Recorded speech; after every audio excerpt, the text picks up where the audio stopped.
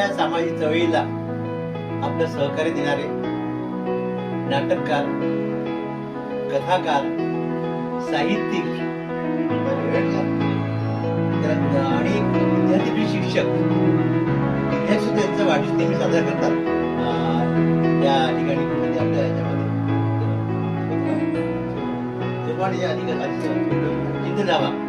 अशी विद्यार्थी शिक्षक